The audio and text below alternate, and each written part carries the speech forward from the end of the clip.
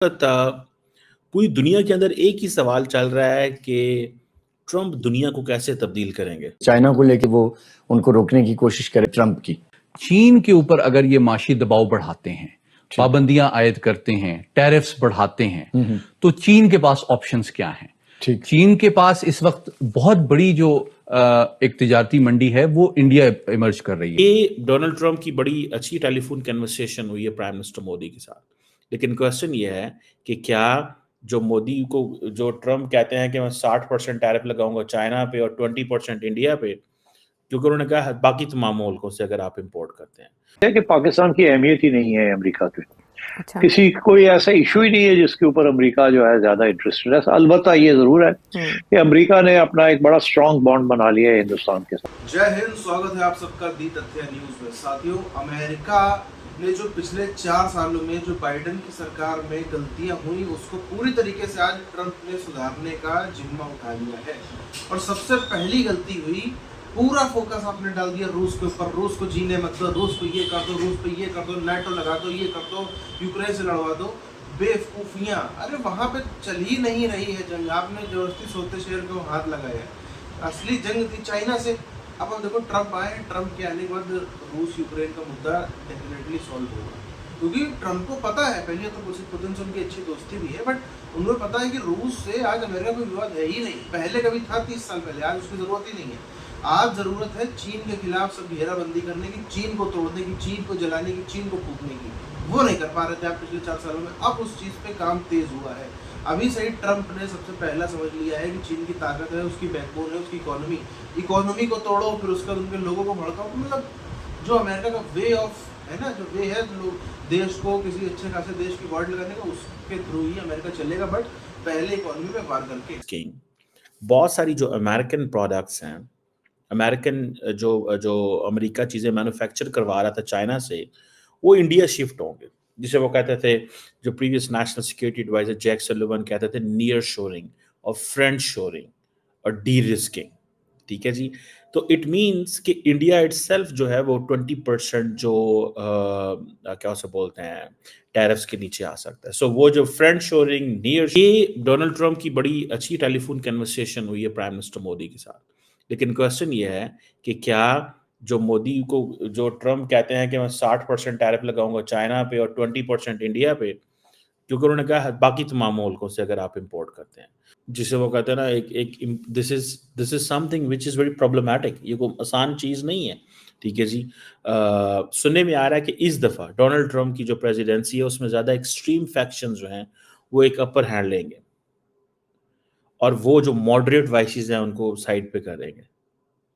और इसमें जो जिसे कहते हैं कि सिविलियन और मिलिट्री प्रोफेशनल जो हैं और जो डीप स्टेट है उसको रिमूव किया जा रहा है। क्या डोनाल्ड ट्रंप कर पाएंगे या नहीं कर पाएंगे? तब ही इज़ हार्डकोर रियलिस्ट है और वो being hardcore realist American interest को प्रोटेक्ट करना चाहता है। और कैसे प्रोटेक्ट करेंगे, क्या करेंगे, you know, these are some of the things. जारी बात है, आप जो ट्रंप साहब की जो पहली टास्क है दैट इज़ ए ट्रांजिशन। बहुत भी अगर अच्छे सर्कमस्टांसेस हों, ये जो ब्यूरोक्रेटिक मैन्यूवरिंग होती है इसको एग्जीक्यूट करना भी आया। अब बताइएगा आप कि पाक अमेरिका ताल्लुकात की नौयत क्या हो सकती है आने वाले दिनों में? मुदाखलत बढ़ेगी, खत्म होगी, बिल्कुल नहीं रहेगी, क्या होगा? नहीं, कोई खास तब्दीली नहीं आएगी। उसकी वजह यह है कि पाकिस्तान की अहमियत ही नहीं है अमेरिका के। अच्छा। किसी कोई ऐसा इशू ही नहीं है जिसके ऊपर अमेरिका जो है ज्यादा इंटरेस्टेड है। अलबत्ता ये जरूर है कि अमेरिका ने अपना एक बड़ा स्ट्रॉन्ग बॉन्ड बना लिया है हिंदुस्तान के साथ, इंडिया के साथ, और वो नहीं चाहेगा कि पाकिस्तान उस जो अरेंजमेंट है बी टफ ऑन चाइना। तो ये हो सकता है कि वो थोड़ा बहुत आपको भी कुछ कहें कि आप ये ना करें, वो ना करें, वगैरह वगैरह। और अलबत्ता ये जरूर है कि ईरान के साथ वहां भी वही इसी किस्म की बात है, आपके ऊपर सैंक्शंस लगाएंगे अगर आपने पाइपलाइन की बात की या और ईरान से तेल खरीदने की बात की एंड सो ऑन। तो वो चीजें अपनी जगह पे हैं और अमेरिका को कोई खास इंटरेस्ट नहीं है पाकिस्तान में। ना आपको वो ज्यादा पैसे देता है, ना हथियार देता है, सैंक्शन तो नहीं करता, मगर कर अगर वो सेकेंड टर्म में आ जाएंगे तो नाटो से विड्रॉ कर लेंगे और वहां पे डोमेस्टिकली ट्रंप नाटो के खिलाफ ही है। वो बोलते हैं कि हमें दूसरों के पचड़ों में नहीं पड़ना है, ट्रम्प का एक ही एजेंडा है, मेक अमेरिका ग्रेट अगेन। तो अब फ्रांस जो है यूरोपियन यूनियन की एक बहुत बड़ी शक्ति है, महाशक्ति है। तो हमने देखा है कि जैसे ही ट्रम्प साहब वहां पे आए हैं, French and German defence system चाहिए। अभी नाटो में ऐसा है कि वहां पे 32 देश है, 32 देश के अंदर वो बोलते हैं कि अगर आपके कोई भी वेपन सिस्टम होते हैं वो इंटर ऑपरेटेबल होना चाहिए। मतलब सब लोगों का वेपन सिस्टम एक दूसरे से भिन्न नहीं रहना चाहिए, सब एक कॉमन स्टैंडर्ड और प्रोटोकॉल फॉलो करते हैं। इसके कारण अमेरिकन मिलिट्री इंडस्ट्रियल कॉम्प्लेक्स को बहुत फायदा होता है। अब नाटो में जो वेपन सिस्टम जो फ्रांस ने देखा है उसको लॉकहीड मार्टिन ऑलरेडी बना रहा है, फ्रांस भी चाहता है। He has refused to cooperate with the General Services Administration। कोई मजाक थोड़ी है। सो ये आप देखें जो बहुत सारी दुनिया के ठीक है जी जो ग्रुप्स हैं, अदारे हैं, सुनने में आ रहा है कि ट्रम्प साहब ने बहुत सारा जो अपना चीज़ें हैं वो जो अपनी जो एडमिनिस्ट्रेशन की है वो हेरिटेज फाउंडेशन को दी है। एफ कैनेडी जूनियर जो है वो भी इन चीज़ों को देख रहे हैं। अगर ट्रम्प साहब जो है उनकी सारी ट्रांजिशन के अंदर अगर FBI बैकग्राउंड चेक्स करने शुरू कर देती है तो मुश्किल होगा। या अगर ट्रम्प कहते हैं कि जी हमारी जो अब वो इंटरनल उनकी कंपेन के लोग हैं उनकी वेटिंग शुरू कर देती है FBI, तो वो अगेन एक प्रॉब्लम है। अब वो अपने लोगों को इंपॉर्टेंट नहीं है या जो सामने नजर नहीं आते, ठीक है जी। तो ये भी एक और चीज़ है। फॉर एग्जांपल जी एक रिटायर्ड फुटबॉल स्टार है, ठीक है जी, वो आई थिंक 2022 में एक सेनेट के कैंडिडेट भी थे लेकिन ही कुडंट मेक इट। अगर उसको आपने जनाब मिसाइल डिफेंस प्रोग्राम का इंचार्ज बना दिया या किसी ऐसी नेशनल सिक्योरिटी का इंचार्ज बना दिया तो आप देख लें फिर क्या होगा। उन्होंने कहा कि इससे मैं ज़्यादा कमज़ोर कमांडर इन चीफ नजर आऊँगा। वही काम जो बाइडेन ने किया and then he lost it, मतलब उसकी मुश्किलात पैदा हो गई। सो ये चीज़ें जो हैं ये बड़ी इंपॉर्टेंट हैं कि कैसे ट्रम्प जो है वो अपनी पॉलिसीज को इम्प्लीमेंट कराएगा।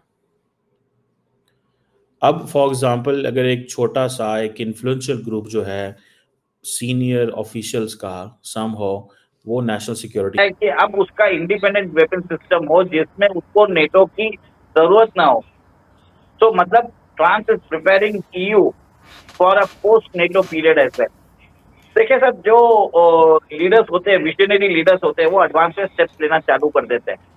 अभी आपने ये भी देखा होगा कि नेटो के जनरल सेक्रेटरी है वो हंगरी में विक्टर ऑर्बन से जाके मिले। तो आपको समझना पड़ेगा हंगरी का रोल क्या है। The only country which is receiving gas from Russia after the Ukraine war is चीन के ऊपर पाबंदियां बहुत ही ज्यादा दिन प्रतिदिन सख्त होती चली जा रही है। चीन के ऊपर जब से ट्रम्प की सरकार आई है, जब से ट्रम्प इलेक्ट हुए हैं, अभी एक हफ्ता भी नहीं बीता है ढंग से, जुम्मा 3-4 दिन हुए हैं। इतने में ही वहाँ पर आप देखो चीन के ऊपर एक के बाद एक जो है वो टैरिफ बढ़ाना, टैक्स बढ़ाना, ये सब चीज़ें करना, ये तेज़ होता चला जा रहा है। अच्छा, जो डेमोक्रेट्स की सरकार थी उसको माना जाता है कि वीक सरकार थी, कमज़ोर सरकार थी, और जो डीप स्टेट है ना वो उस पर हावी थे। क्योंकि देखो ये होता है जहाँ पर राजा कमज़ोर होता है वहाँ पर सेनापति हावी हो जाते हैं, वहाँ पर उनके मंत्री हावी हो जाते हैं, वहाँ पे उनके सलाहकार, वहाँ पे उनके ये सब जो है वो हावी होते हैं। और राजा कितना कमज़ोर था ये तो बताने की जरूरत नहीं। अब लेकिन राजा मजबूत है। अब जो राजा आया है वहाँ पर वो मजबूत है, इसी के चलते सब कंट्रोल में। बाकी जो इनकी विंग्स थी जो अपने आप को ही राजा समझ बैठी थी अमेरिका की, वो सब हो रही कंट्रोल। डीप स्टेट के ऊपर एक बहुत बड़ी कार्रवाई करी जा रही है कि भाई हमारे दोस्तों के खिलाफ ही आप ये सब लगे रहते हो। आप देखो शेख हसीना की अगर आप एग्जांपल ले लो, शेख हसीना ने अमेरिका के लिए भी काफ़ी कुछ किया है, कुछ कम नहीं किया। अमेरिका के लिए काफ़ी कुछ किया, इंडिया से चलो जो भी था ठीक था अपनी जगह पर, बट चाइना के खिलाफ कल को ज़रूरत पड़ती है अगर अमेरिका को किसी देश की, तो Bangladesh I am damn sure कि खड़ा रहता। वो IMF आ भी रही थी, मान के चलो ठीक है, एक उनको जो है वो नेवल बेस नहीं बनाने दिया अमेरिका ने, डेमोक्रेट की सरकार को नहीं बनाने दिया, इसका ये मतलब थोड़ी कि आप उसको ये कर दोगे, कल को वो आपके और काम आ सकते थे। बट आपने क्या किया, अमेरिका ने वहाँ बांग्लादेश के अंदर तख्ता पलट करवा दिया, हालात बद से बदतर होते चले और अभी भी हो रहे हैं। उसके चक्कर में लाखों जाने गई, मास मर्डर्स हुए, सब कुछ हुआ। अब चीज़ें बेहतर होने की कोशिश करी तो अमेरिका अब सीख रहा है, जो डेमोक्रेट्स के टाइम पे गलतियाँ हुई उनको सुधारने की पूरी कोशिश चल रही है।